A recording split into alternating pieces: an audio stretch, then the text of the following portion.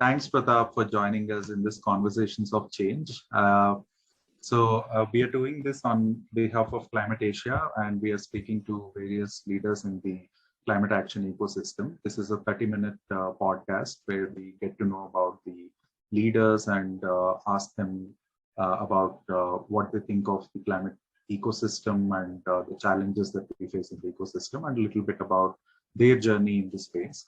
I'll start with introducing our speaker today, Pratap Raju, who's a founding partner in Climate Collective. So Climate Collective is a not-for-profit organization that also includes a VC seed fund. The founder, Pratap Raju, was a JP Morgan banker in New York. Pratap, who grew up in the US, moved to India and became an entrepreneur in IT, and later in the solar and wind project development space for over 5 years before starting Climate Collective in 2016. It started as a solar hackathon as one of its first activities. Over the last 3 years, close to 500 cleantech startups have joined this program in India and South Asia.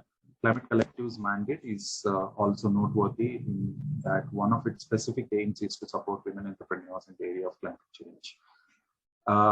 So Pratap, thanks for joining us. And I think the first question and the first thing that we would like to know is if you can describe the work that is done at Climate Collective and what is your role as the founding partner. How does your role look like in your work? Great. Thank you, Kaushik, and always a pleasure to do anything to support Climate Asia and the work that you do as well in this sector. So we are very focused, at least from our view, of a focused nonprofit. We support climate-focused startup ecosystems. And we've been doing this since 2016 with that first startup, when that first hackathon, where there wasn't much interest in climate tech, at least in India and Asia and the global south. Generally, there was growing interest in Europe and US, but not yet here. We have many needs for innovation, from finance to health to a whole bunch of other development goals. Climate, of course, was important, but not yet. There was no bug. So we started working in running accelerators, and over the last 6 years, in fact, we'll finish by the end of this year 58 accelerators in climate, over 1,000 total climate tech startups in these accelerator programs. So we've seen this growth over the last 6 years, from very fledgling nascent ecosystem to now burgeoning and growing startup community. But when you look under the hoods, many things actually are pretty interesting. Even back in 2019, when you go and look at what the startups and the incubators were doing, and this is before climate tech became more of the buzzword now, the fast-growing sector. There were a lot of entrepreneurs on the ground trying to solve climate or sustainability or problems through technology. And that's something that, for example, even though we didn't see it, we saw the explosion of startups in India. We estimate 2,500 startups in India already in climate space. So through our accelerators, we try to support startups across domains in climate tech, not just the standard EVs or renewable energy, but plastic waste, sustainable consumption, pollution startups, climate and risk solutions. In fact, when you think about climate tech, we really are talking about transformation in a bigger sense, transformation of industry, transformation of how we consume, and all the implications it has on the way we live, and hence the solutions and services we need. Of course, now that we have a burgeoning and continuing to growing startup sector, we started to support startups in many other ways in the climate space. Last year, we set up our Angel Network, Climate Angels Network, supported by the Australian government. And this year, with support from Andy and IKEA Foundation, we're about to launch a retail crowdfunding platform for pre-revenue climate tech startups as well.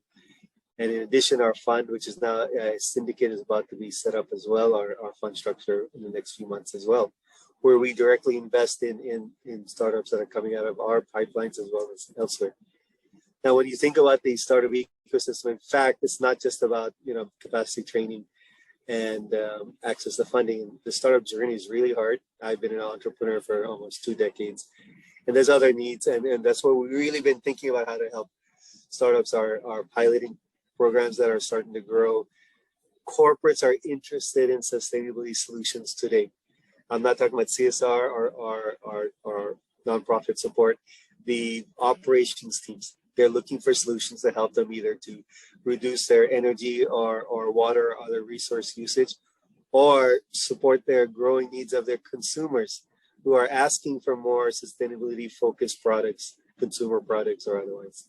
So we have, for example, the single-use plastic challenge that's going on here in Goa with Taj Hotels and a few other F&B outlets here in India, finding ways to reduce the plastic that's being used in of course F&B outlets, as well as what to do with the products after and recycling, etc. We are about to launch a bigger platform for decarbonization called Climate Challenges Live. And we have seen this demand from corporates, especially the leading corporates, larger corporates here in India. They actually do want solutions today. Their challenge actually is how to build these bridges and interact with the startup ecosystem. So those platforms are also growing. And maybe as another example, we run a lot of events because it's not just about working, building a product, selling. In fact, we need support. I need support. We all need support, and of course, startups as well. These events like Climate Startup Week, which just ended last week. For example, we had about 2,000, little over 2,000 people attend 48 events in climate tech, whether pitching events, workshops, trainings, talks, social gatherings, etc. So this community is growing nicely. Of course, all startup communities are always fragile for many reasons. Anything can derail progress, especially in an area that's something like an impact area like climate. But I do believe that the stakeholders are increasing because we all are seeing the need to come together to solve these climate issues that we all face. Thanks, Pratap. I mean, Climate Collective does like such a range of work within the ecosystem to support the entrepreneurs. And it's quite interesting also to see how you have been playing this key role in the ecosystem now as an entrepreneur and supporting so many startups. But when we looked at your own career, right, like when you started as an analyst at the JP Morgan in New York and then went on to become an economist, worked with Idea Global, and then you were in the IT industry for a while, and you were also a film producer, if I'm not wrong, with Bollywood. And now with the climate action ecosystem, it's quite interesting journey, and would like to know more about how did you have this whole transition and how has it prepared for you, for you to do this work currently that you're doing at Climate Collective. All right, so yeah, 20 years, finance, IT, films, solar, and climate is quite a broad range of industries or activities and roles. It was completely unplanned. So it was a natural. I did not like finance. So I did fortunately at least have the courage then to say, let me try something else. It's always scary to jump. And what I've seen is as you keep jumping, because I was always really interested in finding my passion. And when you keep jumping, it becomes less and less scary. You start to realize that our biggest barrier to jumping to trying new things, whether it's a startup or if you're in a job to another sector, is our fear either of failure, our fear of how others will think, of the jump itself, or if we succeed or fail in it, our own natural fears of learning new skills, as we get older, etc. And I start to see that it's so overblown. We hold ourselves back in so many ways. I've been fortunate in that whatever circumstances, I have been able to make these transitions, and I've enjoyed them, and I've had some success, quite a few of them. I always tell people I'm a natural entrepreneur, which means I've been broke more than once.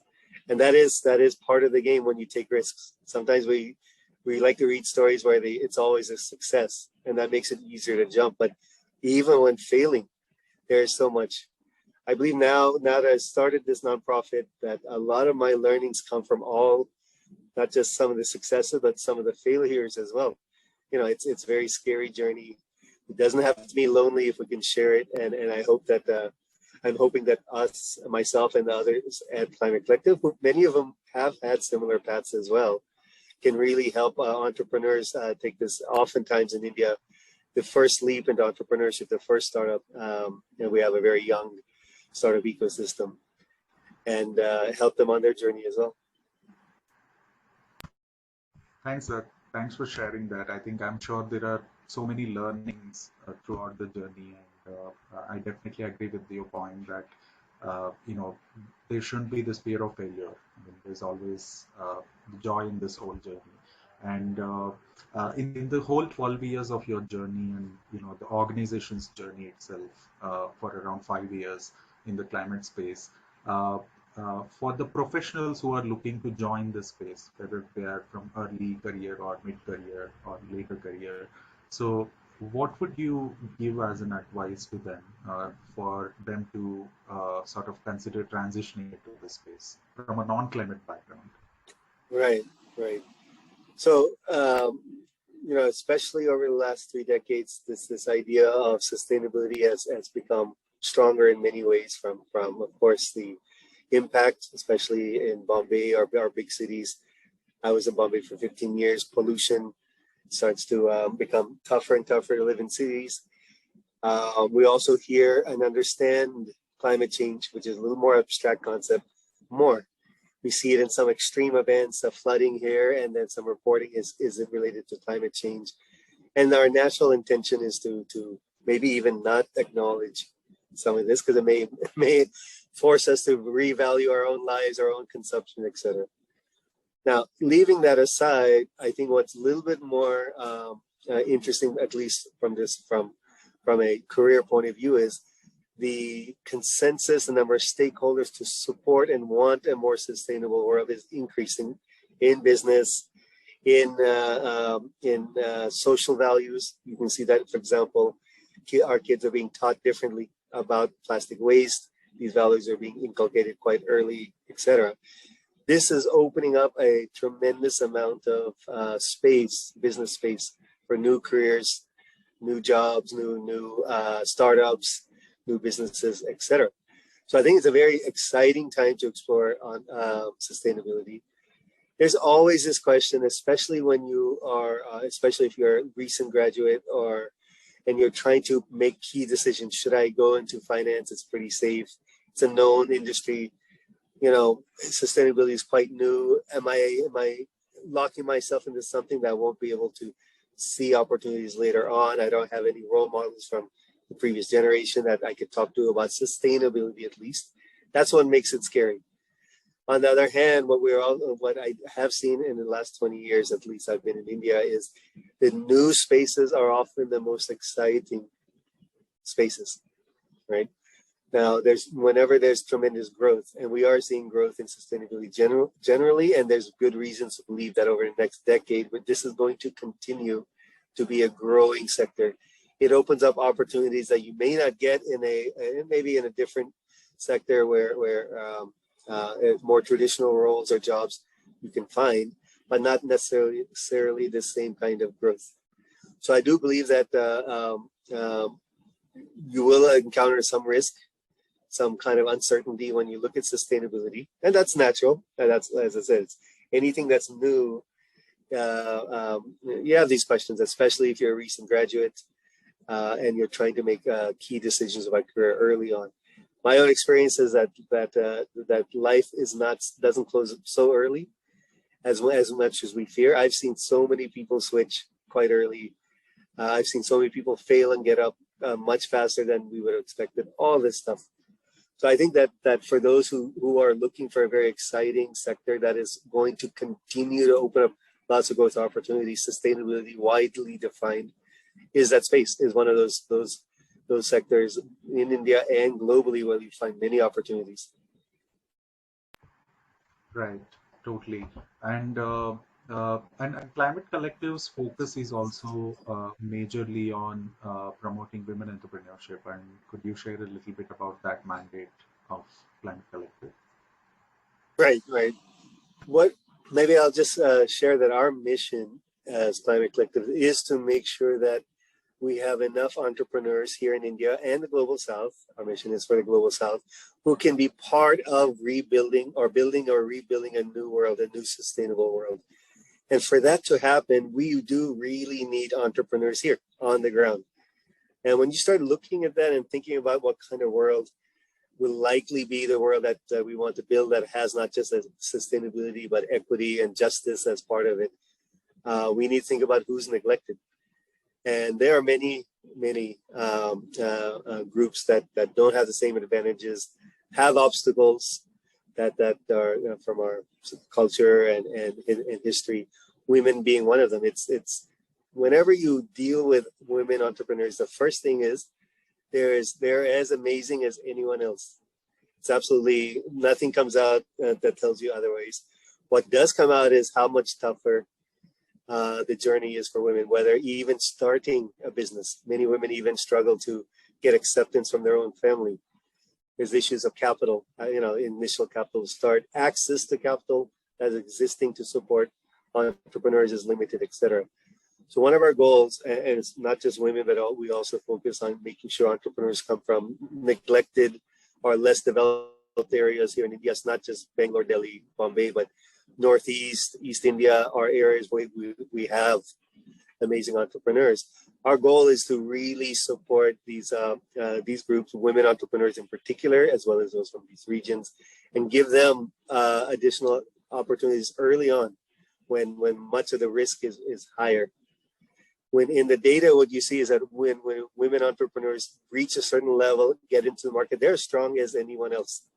So we do know that the obstacles are early. So our early stage programs both include early stage startup accelerators for women-led startups in climate, as well as we run actually a couple of entrepreneurship development programs now. One is for recent graduates called a Climate Certificate for Women, women in entrepreneurship, in climate entrepreneurship. It's a 9-month course for women who recently 0 to 4 years graduated from university. We also have a student program for women in master's PhD programs. It's a 6-week course to introduce entrepreneurship in climate, as well as potentially a viable option for them to consider. It does not mean that women, as a result from these programs, become entrepreneurs. It does, though, hopefully show that there are other paths and opportunities for them so that they can choose and decide what really could be a fruitful career and options for them as well. So yeah, it really is part of our fabric, our DNA, to really support women as well as others who do get neglected. Right. And I think, yeah, like you mentioned, Global South, even the experts predict a lot of startups that will be produced, and especially in a country like India. And from your experience working with so many climate tech startups, so what do you think are the challenges currently for startups in accessing finance in the space? Well, climate is difficult in many ways. It's not, many solutions require a longer period to get to sustainability, financial sustainability, or even revenue. Oftentimes, if you're a B2B business to business startup, the sales cycle is really long. It could be 6 months to 18 months before large corporates accept your solutions. It could be a long period before large corporates accept your solutions. So this requires typically different kinds of capital investors, different kinds of grants. Now, when I started, there was almost nothing in the market. Today, I don't believe we have a paucity of funds, or at least the outlook does not look negative. In fact, it looks very positive. Doesn't mean everyone gets funded. Doesn't mean every sector of climate domains like wastewater, for example, get funded.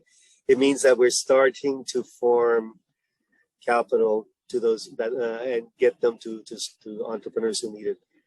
Now, having said that, there are many areas. As I mentioned, a lot of capital goes to electric vehicles and some climate smart agriculture. The amount of capital goes to other aspects of climate, whether in pollution or otherwise, is limited. And we have a lot of work to do for both nonprofits as well as others, lots of stakeholders to build these kinds of awareness as well as training and this aggregation of capital for these entrepreneurs. But I'm pretty confident that the capital is going to form. I'm pretty confident that the opportunities will be there because the demand above all else, demand for these products and solutions are growing. And that's fundamental. If there's no demand, there's no point of raising so much capital. And we live in a different world than we did 20 years ago. As you know, Kaushik, 20 years ago, startup ecosystem was just growing. People were learning how to invest. Today, we have an angel network called Climate Angels Network, 81 sources of capital for pre-Series A. That's between like 4 to 10 plus CR. In this, I think 20 to 30 are regional and global funds that have the scope or mandate to invest in India in pre-Series A. So even at the early stage of where we are in the climate tech startup space, we actually already have global capital who already has received mandates to invest in India.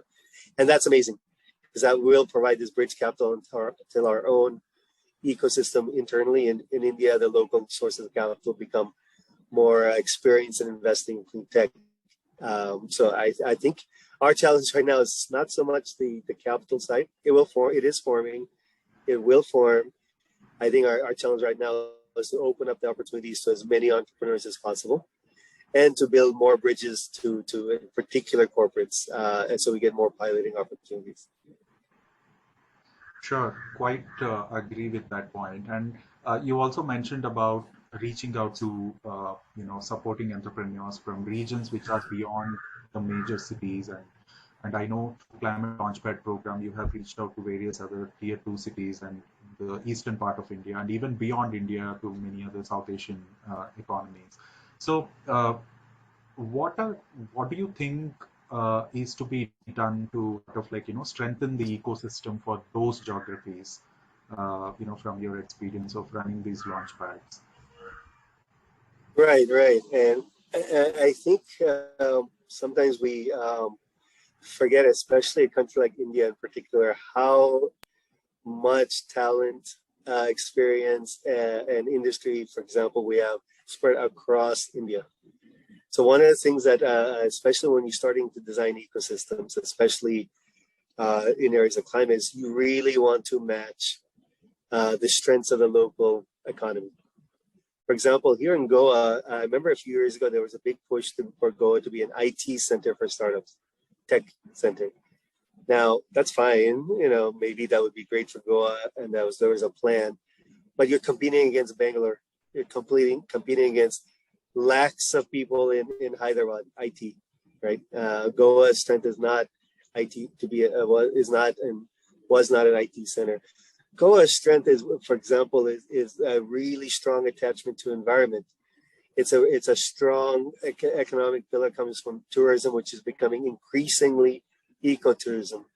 It has a tremendous amount of talent, entrepreneurs, micro entrepreneurs in circular innovation, sustainable fashion, etc.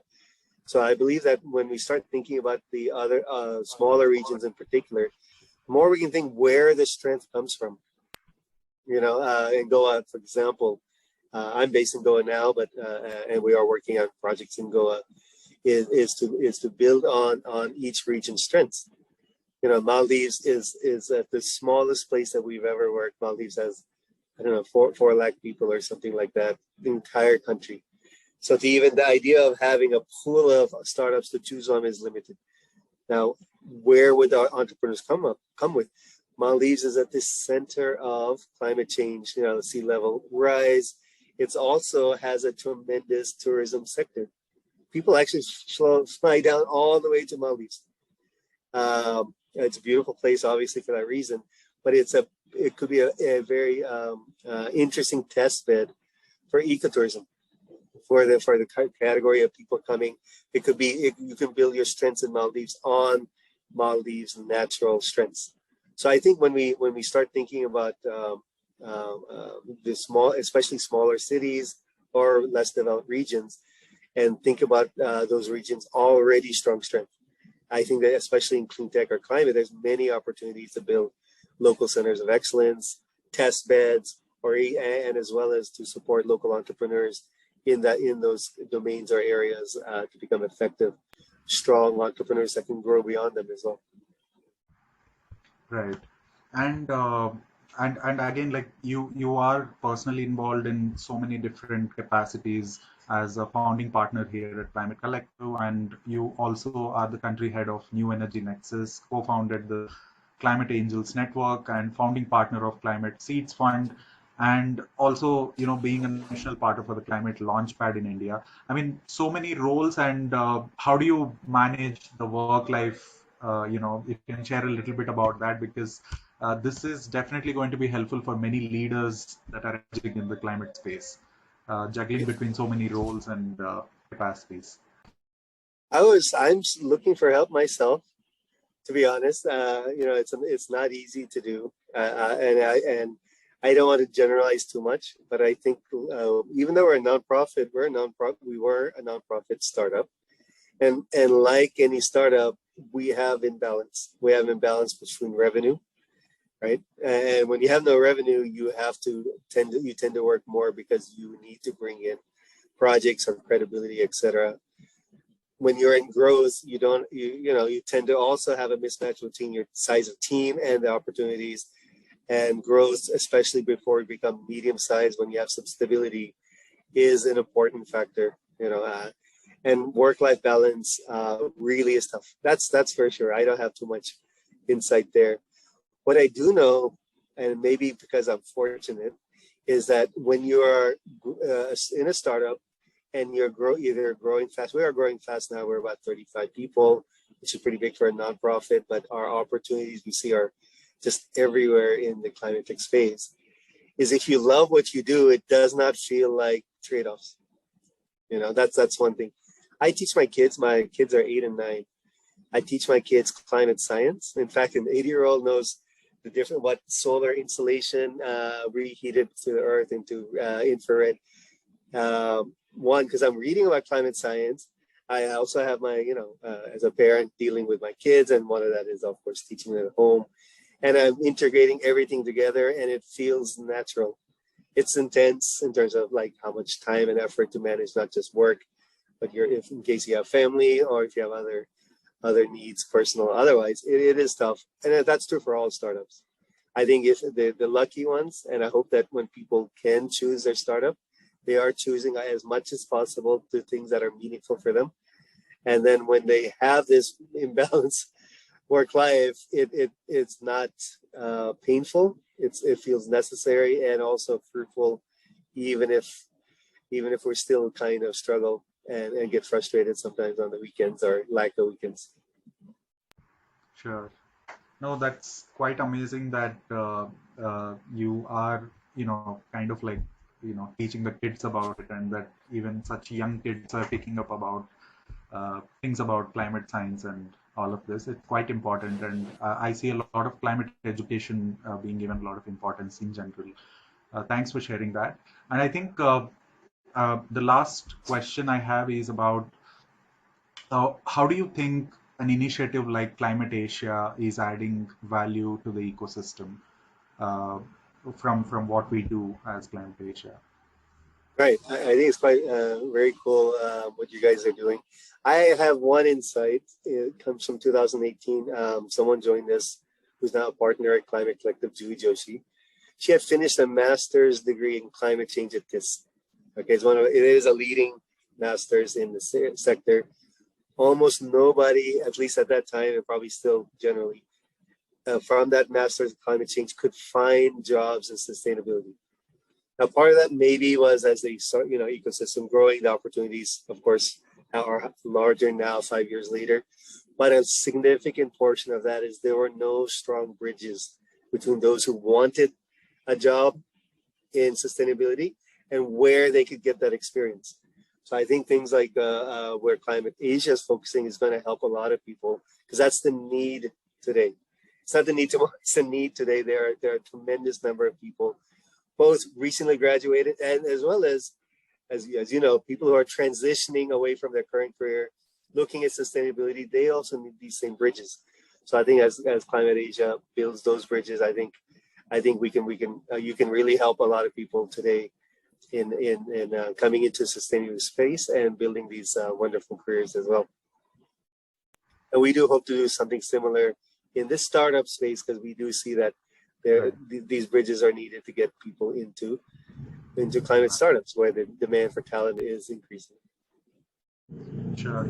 Thanks, Pratap. I think we are at the end of the conversation. Thank you so much for participating. I really enjoyed listening to you, all the responses, and I hope you have good time at the retreat, and talk to you soon. We'll keep engaging with you on various fronts with Climate Collective.